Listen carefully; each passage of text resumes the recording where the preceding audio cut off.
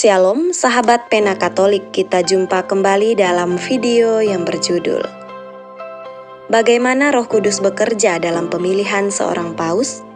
Menengok kisah keterpilihan Santo Fabian. Manusia boleh berencana, namun Roh Kudus yang menuntun dan menentukan. Ungkapan ini rasanya pas disematkan dalam proses terpilihnya seorang paus. Pada kasus ini, kisah dibalik terpilihnya Santo Fabian sebagai paus pada abad ketiga dapat menggambarkan bagaimana Roh Kudus ini berperan. Pada awal tahun 236, Paus Anterus meninggal setelah masa kepausan yang singkat selama 42 hari. Masa kepausan Anterus dimulai saat ia menggantikan Santo Pontian yang telah dideportasi ke Sardinia. Kandidat untuk menjadi paus jumlahnya amat sedikit pada akhir tahun 236. Jumlah ini berkurang dari tahun sebelumnya. Kala itu menjadi paus kadang berarti sebuah jaminan kemartiran, mengingat masa-masa penganiayaan orang Kristen pada zaman itu.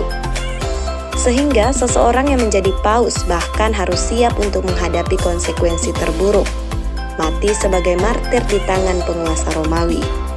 Belum ada konklab seperti saat ini. Pemilihan seorang paus bersifat publik pada saat itu. Kardinal elektoral pun belum dikenal saat itu. Maka umat berimanlah yang menentukan siapa paus yang akan memimpin kawanan kecil umat Kristen. Pemilihan seorang paus dilakukan secara aklamasi, yang terkadang menyebabkan pertikaian karena saling bersaing. Hal ini terjadi pada pemilihan paus pada tahun 236 itu, yang berlangsung secara berlarut-larut.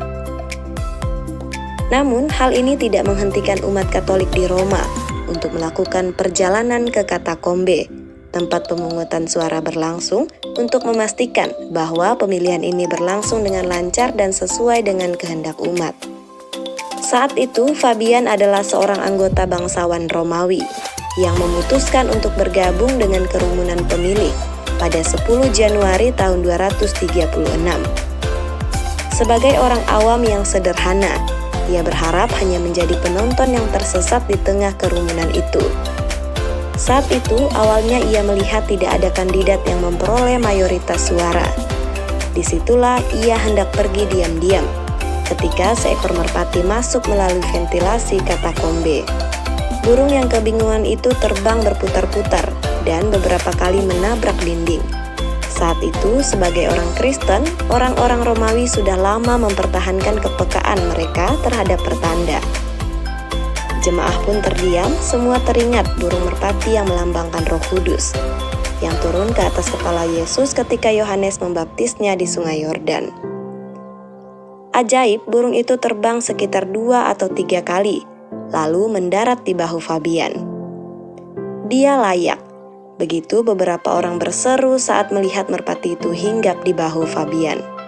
Peristiwa itu seakan meratifikasi pemungutan suara tersebut yang memilih Fabian sebagai paus. Keputusan ini memang terasa mustahil dan memaksa Fabian untuk menerima pemilihan umat. Secara tergesa ia ditahbiskan menjadi imam dan uskup. Kisah keterpilihan Fabian ini lalu digambarkan pada lukisan dinding di katakombe yang menunjukkan burung ilahi melayang di atas Fabian dan duduk di singgasana kepausan. Artikel selengkapnya dapat sahabat Pena Katolik akses melalui website resmi penakatolik.com. Sekian video hari ini, semoga menjadi berkat bagi kita semua. Terima kasih dan sampai jumpa.